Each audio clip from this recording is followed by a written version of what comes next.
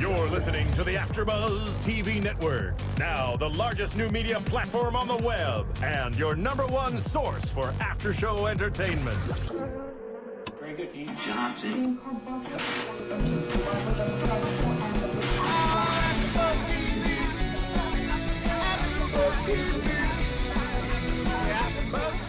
the AFTERBUZZ Studios in Los Angeles, California, and streaming live on Ustream, this is AFTERBUZZ TV for Desperate Housewives.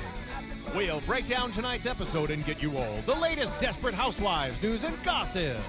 If you'd like to buzz in on tonight's show, you can buzz us at 424-256-1729. That's 424-256-1729. And now, picking up where the show leaves off and the buzz continues, it's AFTERBUZZ TV for Desperate Housewives. Hey everybody, how you doing? I'm Derrick Shore. Thanks so much for tuning in. I'm alone in the studio tonight, although we do have the lovely Foxy Roxy Striar on the line. Roxy, how are you? I'm doing all right. How are you? I'm good. You know, it was so weird for me to watch the show this week alone without you, but before the show started tonight, you were telling me that you were actually fine. You had some popcorn there, cuddled up in your bed, and you didn't miss me at all. Okay, it came out the wrong way. Well, I really missed you, and you know what? What I didn't tell you was I actually cried the entire time. You're kidding. Up on the bed crying, missing you. Oh, please, please. You know what? I laughed most of this episode, and I realized when I watch this show by myself, it is such a guilty pleasure, and I find myself hitting pause and instant replay so often, and tonight was one of those episodes where I caught myself doing that. Was it just me, or were you doing that too? Awkward. It's like laughing out loud and doing things by yourself is always more awkward. So when we're together, I feel like I'll say, oh, let's rewind that, and then we're doing it as a team.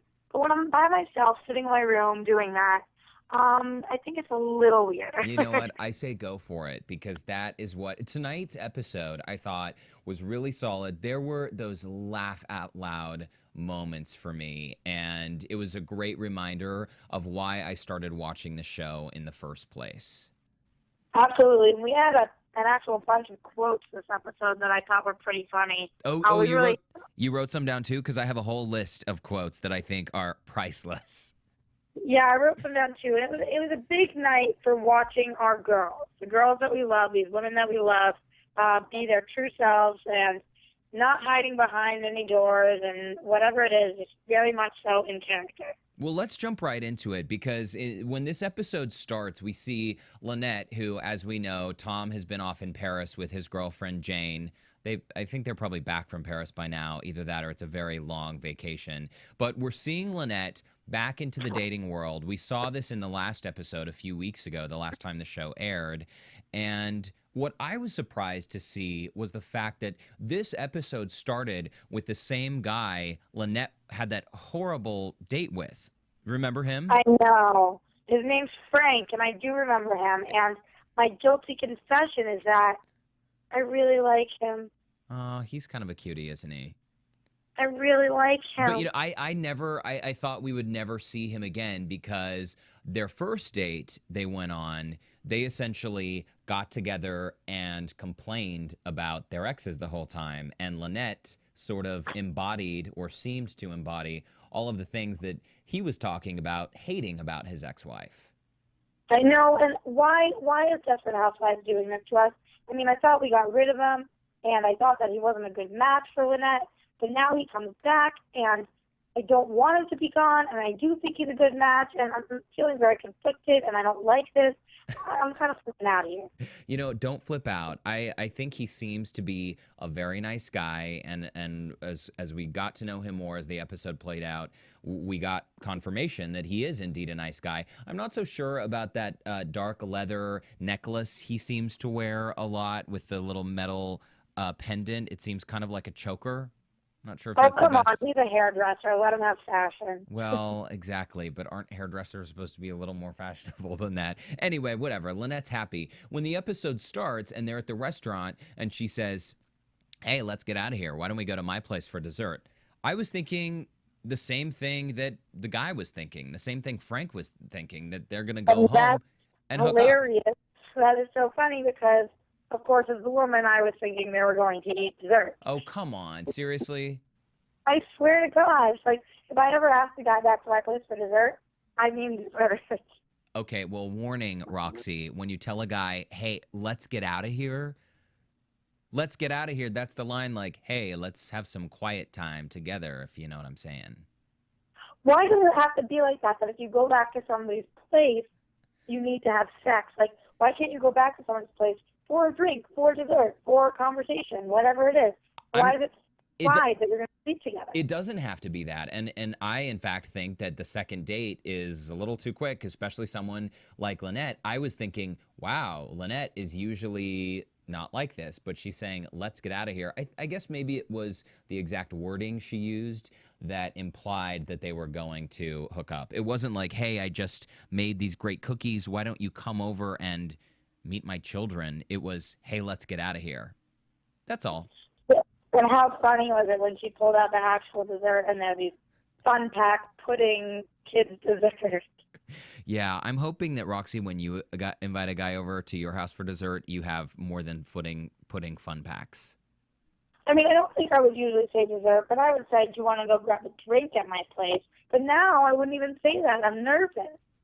Well, in true Lynette fashion, Lynette was nervous too. Like you, she sort of panicked once she realized that Frank had a different idea about why he was there. And I love that everything just fell apart from that point on. Their goodbye was so awkward. He went to kiss her and kind of bashed her in the eye and the forehead. I mean... And this is where one of my favorite quotes came out of the episode. It's so simple, but Lynette saying, I was a total whore in college. Yeah. Unbelievable. He's looking awkwardly at her, and she's very frantically talking, and she says, no, not that I don't want to ever have sex with you. Oh, my God, I would have sex with you. I mean, I was a total whore in college. As if that's a good pickup line. And so classic Lynette that it would come out wrong like that. I loved it. I thought that was such a perfect moment. And also a reminder that she and Lynette and Renee were best friends since college, right? Yeah, exactly. So not so surprised. Maybe the whore comment really, really was true. And that Renee was seeing Tom while Lynette was dating in college. You never know what Lynette was doing. Oh, that's right. Good memory. See, these storylines, they twist and turn. By the way, Roxy, I wanted to let you know, we've got a viewer named, or a listener, I don't know if he's watching or listening. His name is Majid, and he writes to me from Qatar, or as I believe the locals pronounce it, Qatar, over in the Middle East, and he pays attention to the show and listens to it every week, so I think we should give him a nice shout-out. Oh, what a great shout-out that is. I'm so excited. I love hearing that we have listeners in other places, and I just hope I don't make too big of an idiot of myself. You know what? We make idiots of ourselves and each other every single week, but hopefully that's why people are tuning in, right, Roxy? I mean, that's what I'm crossing my fingers for. Otherwise, we'd have no viewers left. I'm kidding. I don't think you're an idiot at all. But I totally agree with what Roxy said. We love having listeners and viewers from around the world, and it means a lot when you guys send in questions or send in comments or you disagree with what we say, because certainly we think that makes for a healthy, lively conversation about these shows. Absolutely. Well, the funny thing about Lynette's meltdown with Frank and panicking about potentially hooking up on the second date, which did not happen, is that we see soon after that, Susan and Lynette are hanging out with Gabby. And essentially, Lynette is saying, oh my gosh, guys, I really screwed this up. It was the second date, and he wanted to hook up, and I don't know how to be single, and I don't know how to date, and it's scary. And, of course, Gabby was the one saying, what's your problem? Why didn't you hook up with him? You're single. You should have fun. You wouldn't buy a car without test driving it. Ride him. Drive that guy. Drive him hard. I just thought, oh my gosh, Gabby. Typical Gabby, right? Very typical Gabby. But at the same time, I don't know. I mean, they went on 2 dates. For me, it was a little fast, too. But I wasn't disagreeing with the advice that Gabby was giving her because, you know what? Yeah, it is very typical Gabby. But Lynette needs to jump right back in the game and figure out if it's too fast for her and figure out what she's looking for. And if she likes this guy, then that's fine. You know what? More power to her. Yeah, but I thought Susan had some really great advice as well. And I think I agreed with Susan a little more because she was saying, yes, of course, you should eventually start dating and hooking up with guys, but maybe wait a little while. There's no reason to jump right into it. And I think, there was this time last summer, I know I've talked about this on the show. I had been in this relationship for a few years. We broke up. It was so weird for me being single. I realized I didn't know how to date. I wasn't accustomed to asking guys out or going to dinner and making small talk or figuring things out. How soon is too soon to do this or that? And I can totally identify with Lynette in this situation because going out and hooking up with someone on the second date or just sort of randomly doesn't, people always say, oh, you're single, you should go and have fun. But I think for someone like me or like Lynette, who's a little more calculated in decisions that they make, I think sometimes rushing into a decision about being intimate with someone just makes for a little more loneliness.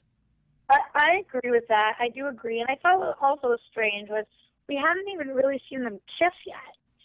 It's like usually there are steps. We'll see the first kiss and the first really big makeout session. Maybe there'll be another step in between, then the night of sex. But this was like all or nothing. You're either going to screw them or you're not going to ever see them again. Yeah, you're right. That is how it's framed. I mean, I guess in the land of television, we don't...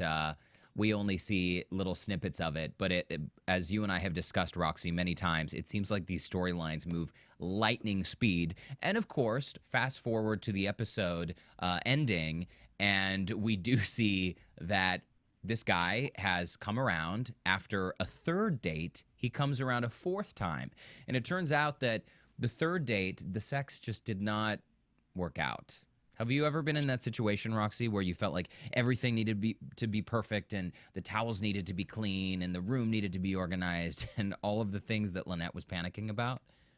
It's a lot of pressure. I feel like it's like re-losing your virginity. And honestly, I understand, and the candles needed to be placed, and this light needed to be coming from this angle, and I understand what she was saying, and I think more so I've had a lot of friends go through that situation, but I really try to avoid that because everybody knows if your expectations are too high, the event's going to be even lower than it should be. It's like... Absolutely. There's one thing for something being special, and yeah, you could try to make something special, but you should never try to make something monumental like that. See, but that's why I think these holidays like Valentine's Day, which is tomorrow, they have a tendency to put all this pressure. I loved all the Valentine's references in this episode, but just like you said, Roxy, when there's this enormous expectation that there need to be fireworks and magical things, you're just setting yourself up for a letdown. Which is why, ask me where I will be on Valentine's Day. Where are you going to be on Valentine's Day?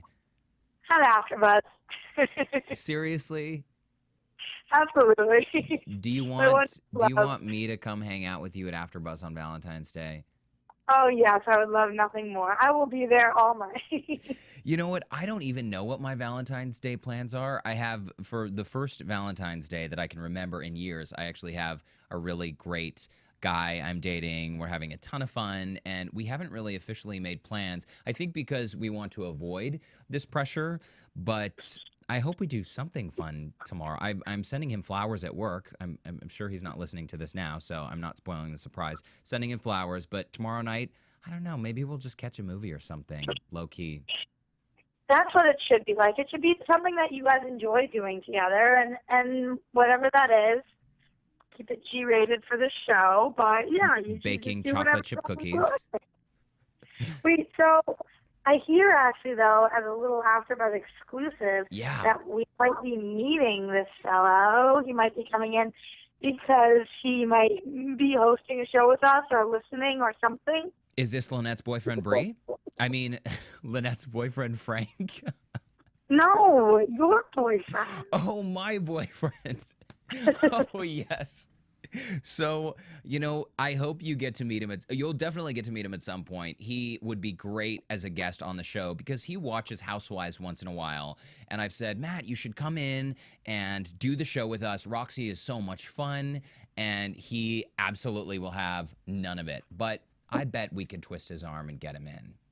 You should ask him for that as a Valentine's Day present. Yeah, that's exactly what I did. I said the only thing I want is for you to come and co-host an episode of the Desperate Housewives. And by the way, the reason we're airing and taping the show a little bit later is because we were in Palm Springs. We rode 105 miles on our bikes this weekend for a big charity ride, and the freeway was closed down yesterday. It was totally closed down. You can read the news reports about it. That's what you get for trying to do something good. That's what you get for doing charity. You get traffic. Right. You know? I get to sit on the 10 freeway for 5 hours when it should have been 2. So that's why we're taping the show late, and thanks to all of our listeners for understanding. So can we talk about Gabby and poor little Juanita? You know, I swear, Gabby's advice to Lynette, Take him out for a test drive, blah, blah, blah. Gabby all the time says this stuff without even thinking. And I swear, it's hilarious to watch on TV. Poor little Juanita. It's a good thing she's smart, her character, because that could be one messed up little kid. Okay, but at the same time, I do agree, poor Juanita, but at the same time, I am very proud of Gabby all the time. She learns lessons from her children, and she's tries to be the best mother that she could possibly be. I mean, there's so many other ways that she could be acting towards her kids, and I think she really, really does love both of her kids. And it's just so sad because she's not built to be the perfect mom. No, not at all. It's harder for her than it's for somebody like Susan. Right.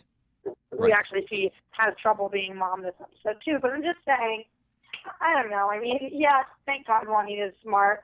And this just made me realize, like, how many times do people spell things around their children or pretend that their kids don't know something about rehab or an affair or something? It's like kids are freaking smart. Totally. Kids are smart. I mean, you're not born an idiot. Yeah. You know? Right. I don't know. I just think it's important to realize that, well, how old do we think that Juanita is?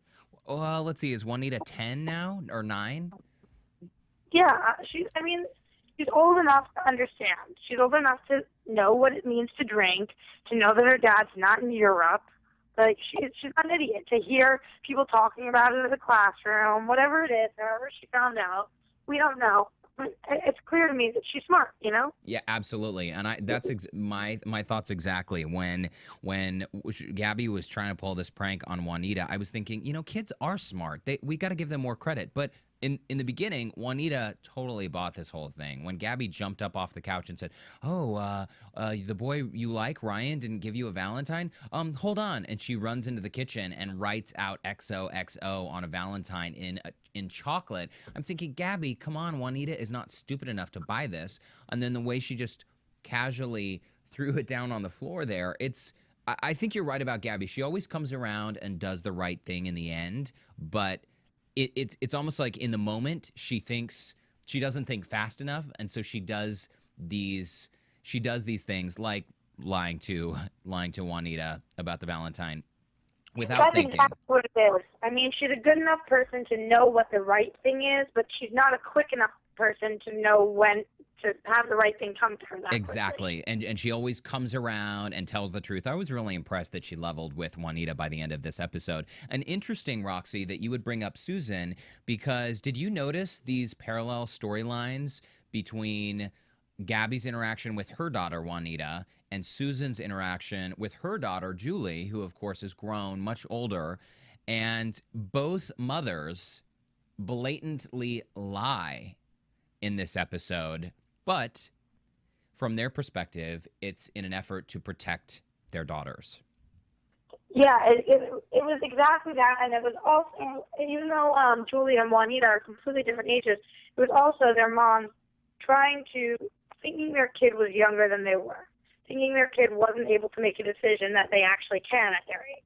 Yeah, absolutely. Well, and Julie is obviously old enough to make those decisions by herself. We haven't seen her character really at all in a long time, and I was surprised to see her show up 6 months pregnant, and she always seemed like she had a pretty good relationship with her mom, right? So the fact that she kept this pregnancy from her mom, Susan, was a bit of a surprise to me. I cannot believe that there was no dialogue about that. I That know. it wasn't an on-air conversation Right. at all about how could you have been pregnant for 6 months and not told me. Yeah, because that's really indicative of the type of relationship a mother has with her daughter if something this big is hidden for such a long time. Right. It's beyond me. I mean, that was a major flaw in this episode for me. Overall, by the way, I did think this was a very entertaining episode. I thought it was great. But sometimes, I have a problem with Desperate Housewives when they do this to me where it's like, you really missed this one. You really missed it. And I understood that that wasn't the main focus. Really, they were just trying to talk about who has the right to make this decision and being a single parent and make larger issues.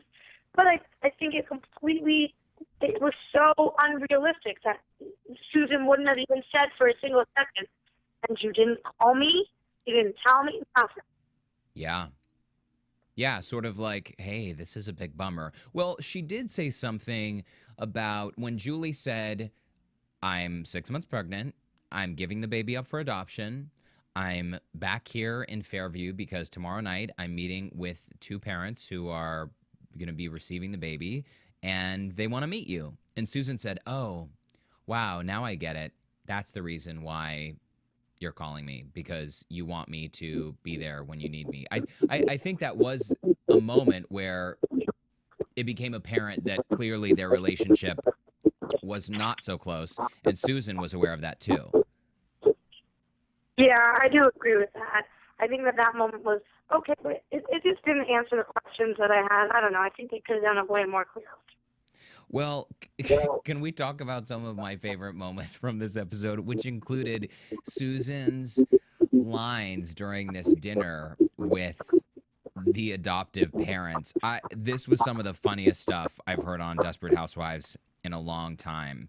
When this scene opens at the table and they're all sitting there, Susan, Julie, the adoptive parents, they're enjoying this nice dinner and they're saying, wow, Susan, you're such a supportive mom. And Susan says, well, I can't imagine a better couple to have this baby. I'm thinking, wow, okay, Susan either changed her mind really quickly or she's flat out lying to this couple, because that does not, it just didn't seem to jive with me. Oh, I knew something was up her sleeve immediately. So then she says, Julie, would you mind getting up to grab dessert? And that is when we see Susan spring into action. Do you want to tell us what happened from there, Roxy? Well, basically, we see Susan tell how Julie is clinically insane, and she uses a knife when she gets angry, and she has medication sometimes. And she's and like, blah, and blah, finally, making up an finally, entire Dr. story. Cohen balanced her medication just right. Why else do you think I let her use a knife at the table? Yeah, I mean, it was very humorous. I enjoyed the scene, but really, again, it's kind of like over the top, hitting you on the head with the humor. Nothing subtle about this scene. No, that's the way it's supposed to be, Roxy. This show is ridiculous. And when it comes to these lines, my favorite line of the entire episode was at this dinner table when Susan was talking about Julie's mental illness, and she says, Grandma used to say our family tree grew nothing but bananas. I just thought that was hilarious. It was very funny, and maybe I'm just being a freaking downer right now, but sometimes, I love those moments in Desperate Housewives, the close-ups on individual people where you actually see real moments in life. And that's why I love this show. And yes, this was, of course, I'm giving them dramatic license, and it was funny, and I was laughing, yes, but I don't know. I just think that they were kind of making light of a very serious situation, and it never got fully resolved for me. No, but it will get fully resolved, though. You mean it's not, you don't feel comfortable with where Julie and Susan's relationship now stands? How do you feel? Yeah, exactly. And I wanted to see maybe at the end of the episode, maybe Susan call these parents and invite them back over and say I made a big mistake. Something like that, you know? It was a bit odd, I agree, to come back from commercial break and have these dinner guests gone and have Julie mad and have Susan apologize. It's sort of like, well, what happened? How did this all come Exactly. to a I head? feel like we missed the big blow-up scene. Yeah, exactly. Well, but I think that the storyline, of course, in these next few episodes, we're going to find out there was so much foreshadowing on both sides. Julie said she's made this decision, she's giving up the baby, and Susan is still remaining hopeful. So I'll be curious to see where it goes. But I loved that in classic Susan fashion, she completely lied to these people and sold out Julie, made Julie look like a crazy person in order to protect her. Yeah, exactly. It was funny, I'll give you that. I also was a bit unsettled by the interaction with Julie and Susan after this, because this is another thing that I've talked about on the show, and I totally relate to, being raised by a single mom. My biological father was a total douche, and from 4 years old, it was my mom, my two sisters, and me. And it was hard. Life was really, really hard. And there were definitely some fun moments, but clearly, kids are raised in all kinds of families, and I don't think it's fair to ever say, "Oh, you're doomed if you're raised by a single parent." Clearly, people are raised by single parents all the time. It's no problem. I think it's difficult to raise children in general. But what irritates me is when I hear some of my friends or acquaintances, or in this case, in this episode of Desperate Housewives, hearing Julie just go off on her mom about all of these horrible things. I remember driving by and seeing if dad had a mistress with him or doing this or doing that. I think kids certainly can harbor a lot of anger toward their parents, but single parent or not, I swear, parents, for the most part, just do the best they can, And I was so glad to see Julie finally come around to that, because I didn't appreciate that moment of rage where she blamed all of her problems on her mom, Susan, and said, "I already raised a child. It was you." I thought that was kind of a nasty thing to say. Well, I have really mixed feelings on this, because I was glad that she said something. I didn't want her to not explain to her mom at all what she was feeling. And it was really interesting to look at how two people can look at a situation differently and see the past differently. Right. I think that happens a lot. But at the same time, she wasn't giving her mom any credit, and I thought that was so immature that it completely weakened her argument. Yeah, true. And Susan's statement, if you step back and look at it, it did sort of sugarcoat this whole growing up thing where they were cuddling in bed together and staying up late and eating cereal for dinner and all of that. Clearly, Susan has a different memory of this and is focusing on the positive memories that she has of being a single mom. But I see what you're saying. We can't look at this in rose-colored glasses too much, I think, or it just becomes unrealistic. I mean, bringing up a child is hard. Can we talk for a minute again back to Gabby and Juanita, back to parenting styles? And I know we had mentioned that Eva Longoria's character, Gabby, seems to always come around and do the right thing and be honest with her daughter. But the scene where she's reading Juanita's Valentines and she's saying, "Juanita, what's wrong? Why?" This was before the lie even took place, before Gabby wrote out the fake Valentine from this boy, Ryan. And she read that Valentine from that boy, Jacob, and it said, "Dear Juanita, my parents made me write this. You smell like ham." That is not a very nice Valentine, is it? I know, it's horrible, but I just busted up. Wait, say that again? We had a bit of a phone garble in there. Gabby responds to that saying, "But you love ham." Exactly. "But you love ham, honey." Meaning, it's okay if you smell like ham. Poor Juanita. I mean, what a great acting role for this actor. But, geez, there are a lot of jokes like that. "You smell like ham?" Man, the poor thing. And that's I know. But the scene on the playground where she's totally bigger than this little kid, Ryan, she has the crush on, and she pushes him down to the ground, forcibly kisses him, and then we hear after the fact that poor kid cried for 20 minutes. Oof. It is tough to be a kid, isn't it? It is tough to be a kid. It's even tougher to be, I don't want to be mean, but a chubby child. Yeah. Who is probably, I don't know, I just think that she's probably insecure as it is, looking at other kids and knowing that the actress is playing a kid. The actress probably feels very close to him. Yeah, she might, but hopefully she is surrounded by supportive people who let her know that being different is a good thing. It's to be celebrated. And probably want to work with this kid. Wait, say that one more time, babe. You broke up a bit. And knowing that it's helpful, she wants to stay to it. She probably should look up. Wow, it sounds like you're sending a telegraph. It's very staccato. It's so different not having you here in the studio, Roxy. I like it better when you're right next to me. I know, I'm sorry. You want to tell me? No, that's okay. We can hear you. You're a bit spotty, but sometimes you're a bit spotty in the studio, even when you're right in front of me. So we're used to it. Don't worry. Ouch. I'm totally teasing. So the woman we have not spoken about yet, I can't believe she hasn't come up yet, Bree. Bree's character, oh my gosh, she is spinning out of control. And not only is she spinning out of control, but when she needs it most, her friends seem to have totally abandoned her, except for Renee.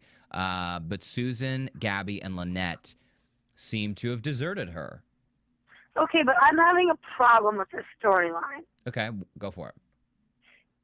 Here's what it is. What? I feel like instead of her having issues and then alcohol adding to that, I feel like her issue is alcohol and then other things are adding to that.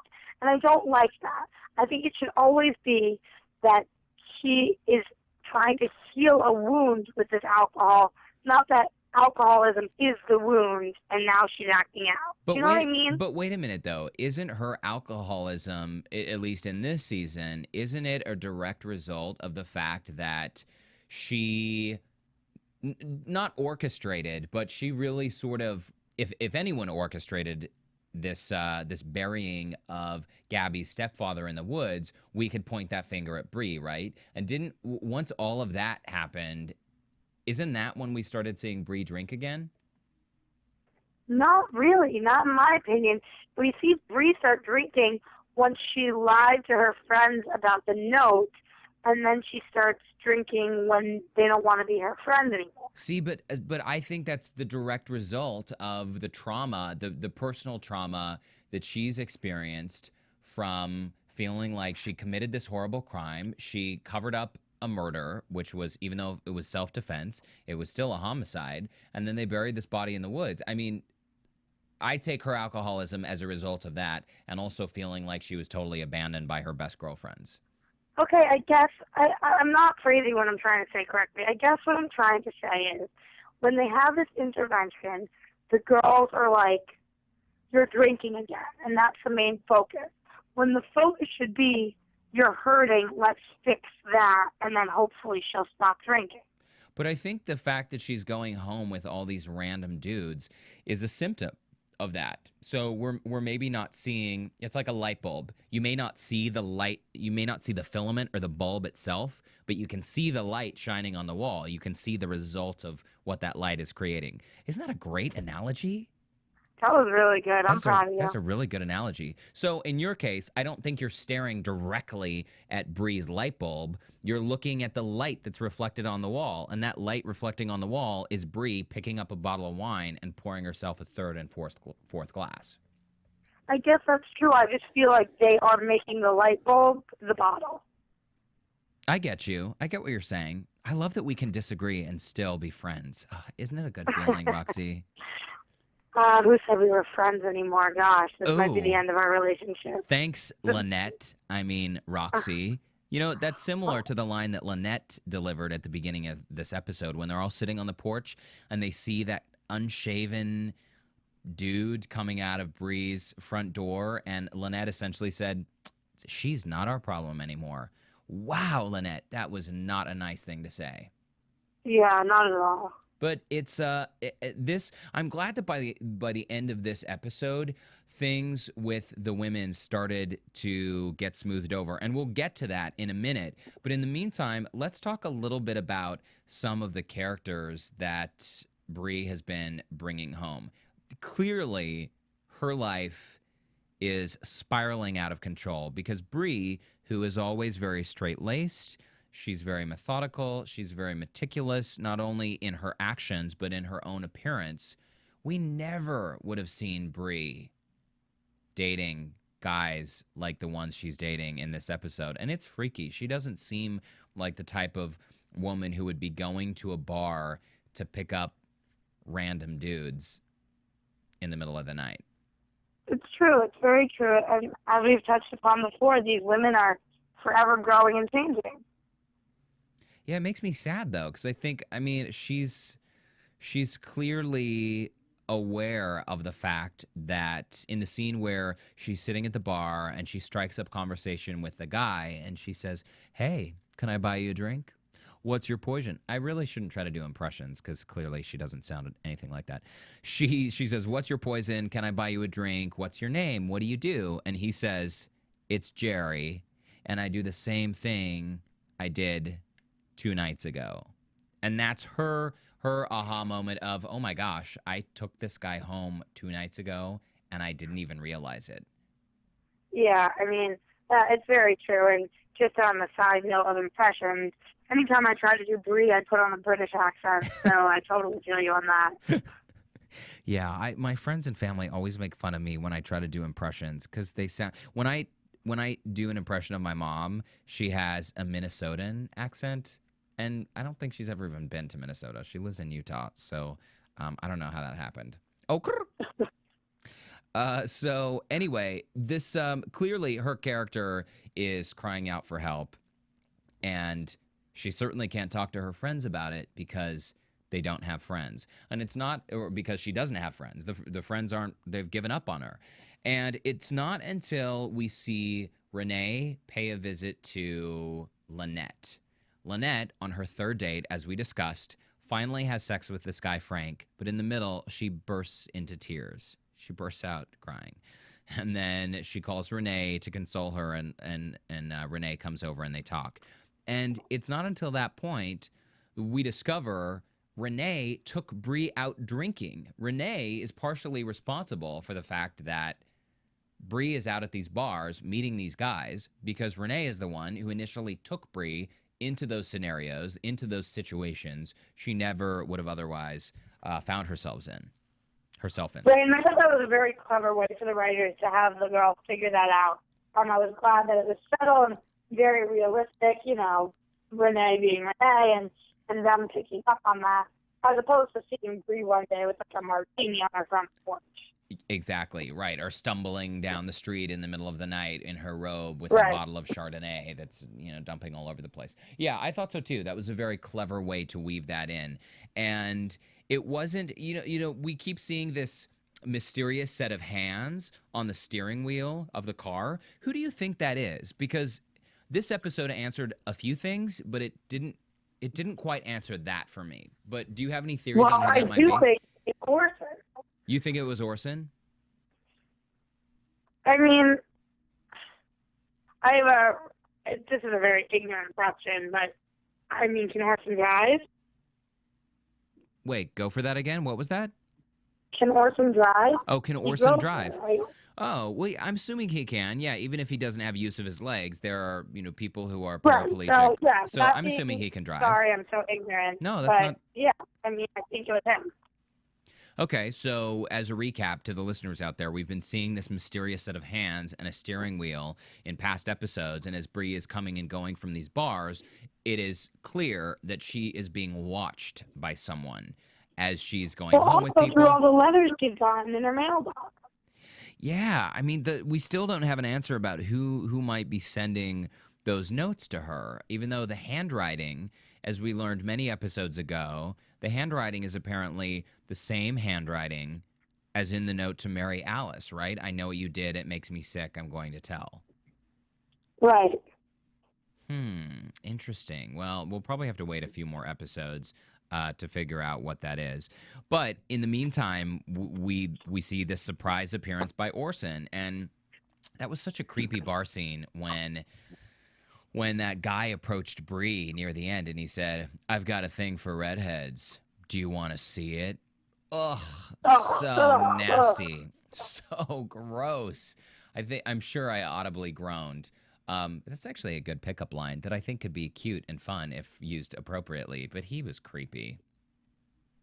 You think that's a good pickup line? No, I mean, I just think it's funny. Like, I could see myself saying something like that in a harmless, like, funny kind of way.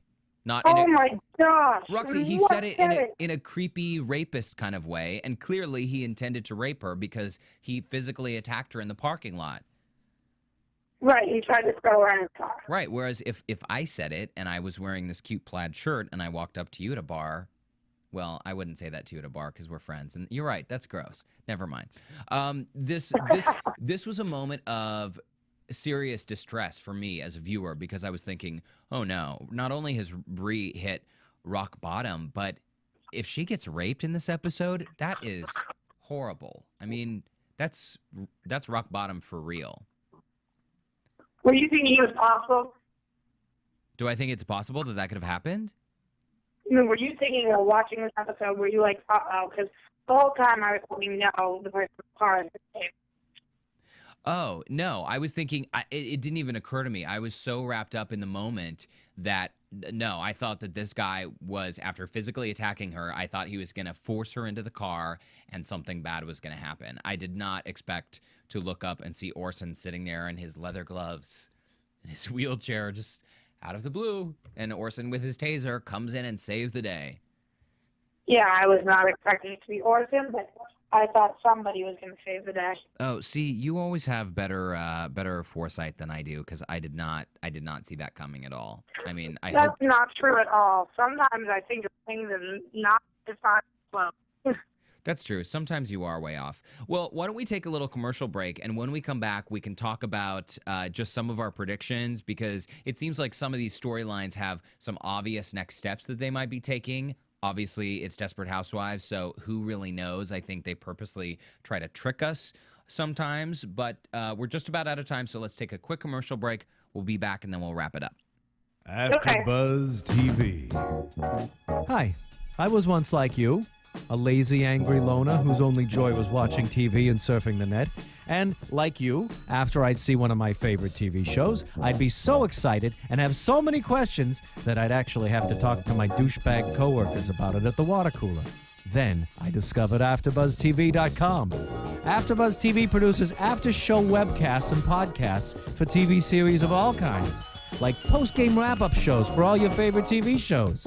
AfterBuzz TV hosts are industry insiders who break down episodes of shows, take calls from fans, and interview cast and crew from each series, with over 60 different after shows, from Boardwalk Empire to American Idol to Vampire Diaries to Real Housewives, and more.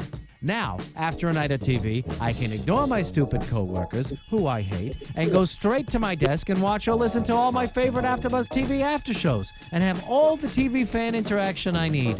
Thank you, AfterBuzz TV. AfterBuzz TV. What do you want to buzz about? Wow, the guy in that commercial is so bitter, isn't he? So bitter. I don't think he's bitter. I just think he's very Manilow out. So that if you just heard that commercial, it's actually a great reminder of what AfterBuzz is all about, what we do here. Clearly, we've got a bunch of different hosts, and we're super fans of the shows that we watch. You, of course, if you're listening to this, we have a feeling, a hunch that you might also be super fans of the shows that we talk about. But you can always call in during an episode. When we're live on the air, please call in 424-256-1729. We love to hear your thoughts about the show. We love to hear if you disagree with what you're saying. Clearly, these are just our impressions of what we're seeing and hearing. And be sure to tune in a couple weeks. We will be broadcasting live from the Mondrian Hotel in Hollywood, where there is a celebrity gifting suite where celebrities go to meet with their retailers there and handing out samples of products, and celebrities kind of go on a little mini shopping spree. But we're going to be broadcasting live from the Mondrian Hotel on the famous Sunset Strip in West Hollywood, just days before the Oscar telecast that will take place that Sunday. But each AfterBuzz episode will be based on one of the movies that's nominated for an Oscar, and I will be hosting the show that deals directly with the movie The Help. Last year, it was my favorite movie. My good friend Tate Taylor directed it. I've been friends with Tate for 10 years. Brunson Green produced it. I've known Brunson for a long time as well. And we're really excited to be there broadcasting from the Mondrian talking about this film. So in a couple weeks, keep an eye on our website and listen to those podcasts because they should be interesting. Good plug. Yeah, good plug. So why don't we get into some predictions, And now, Roxy? your AfterBuzz TV predictions. I'm curious to know, Roxy, what you think about the Susan-Julie storyline because Mike swooped in and had a chat with Julie and said, listen, your mom did the best she could. And Julie said, I know, Mike. I know my mom did the best she could. And it seems like that little blow-up was finally smoothed over. But Julie said very strongly, Mom, this is a really hard decision. I've thought a lot about it. This is the most difficult thing I've ever had to decide on, and I'm giving up the baby. The decision is done. So that's a pretty final thing. But if you notice in the wrap-up of this episode, when they do the Mary Alice voiceover comes in and the music comes in and yes, blah, blah, blah. There I am doing more impressions. So bad. Susan, they specifically showed Susan's character and they said whatever, something about not losing hope. So Susan's not losing hope that this baby is going to stay in the family. But what do you think? Because I'm undecided here. Well, here's my thought process. What Okay. we see that in our scenes from next week is that the father's revealed, and that Susan has some sort of connection with his father and hates the father. Exactly. So I don't know how that's going to play into it, but Okay. I have a feeling that this argument isn't over. But I really hope, no matter what happens, that Julie gives up this kid, only because she doesn't want, in my opinion. So you cut out for a little bit. You said ultimately because she doesn't want. You still there, Rox? Hello? Hello? I can hear you now. Ultimately, she doesn't want what? Ultimately, she doesn't want the kid. Yeah, so you think ultimately she doesn't want this baby, so she should be giving it up. And I do. she is the mother of this child, and of course, adoption is a very personal thing, and so who is anyone to say what a mother should or should not do, right? Right, and that's not me making a general statement about single moms, about young pregnancy, nothing like that. It's me saying if you are having a child that you don't want, you're going to resent that child. I get you. Yeah, and I think all of us know you're not making any general statements, so don't stress about that. What do you think about Lynette's relationship with Tom? Because for a long time, I was really keeping the candle burning and hoping that Tom was going to come back into the picture and they would work things out. Now, I'm just not so sure that that's where we're headed. I know, and I thought that we had insider information that they end up together. But I'm kind of pissed that they bring on this character that I like and it makes me feel better about the breakup. And then they boot. I don't know. It's just seems good right now. Yeah, so you feel like they're giving Frank enough airtime in these storylines that you're kind of starting to like him, and you think as a viewer, other viewers are maybe developing this relationship with him and wanting to see him in more episodes. Right, but that being said, we're still in the early stages, and I can deal with him leaving next week. Yeah, I mean that's true. We this was episode 13, so we've got about 10 more in the 8th and final season. So a lot can happen in 10 episodes, right? Right. Well, I really want to keep an eye on Bree and to find out what happens with her relationship with Orson, because something tells me he is back on the lane and he is back there to stay. But I guess we won't know for the time being. But that's what keeps the show so exciting, right, Roxy? Of course. And next week we could be together and finally talking about it and watching. I know. We'll be back together at last. Next week, I actually have a fundraiser with Mark Cherry, so I think we might be taping our episode late, but we'll figure it out. We'll be back on the air, guys. Thanks for sticking with us. Thanks for tuning in. And Roxy, thanks for being on the phone with us. We've missed you. Well, thank you for going into the studio. You are a better person than I. Oh, save it. Well, from all of us here at AfterBuzz, for Ronnie in the booth, thanks for being there tonight, Ronnie, and switching us up. Roxy on the phone. For me, I'm Derrick Shore. All the viewers who are tuning in, thanks again. And please don't hesitate to tweet at us or send us a note if you have any thoughts or comments about the show. And we'll see you next week. Thanks. From producers Kevin Undergaro and Phil Svitek, engineer DJ Jesse Janity, and the entire AfterBuzz TV staff, we would like to thank you for listening to the AfterBuzz TV network. If you have questions or comments, be sure to buzz us at info@AfterBuzzTV.com. And you can find us on Facebook or follow us on Twitter by searching for AfterBuzz TV. Buzz you later. Later. The views expressed herein are those of the hosts only and do not necessarily reflect the views of AfterBuzz TV or its owners or principals.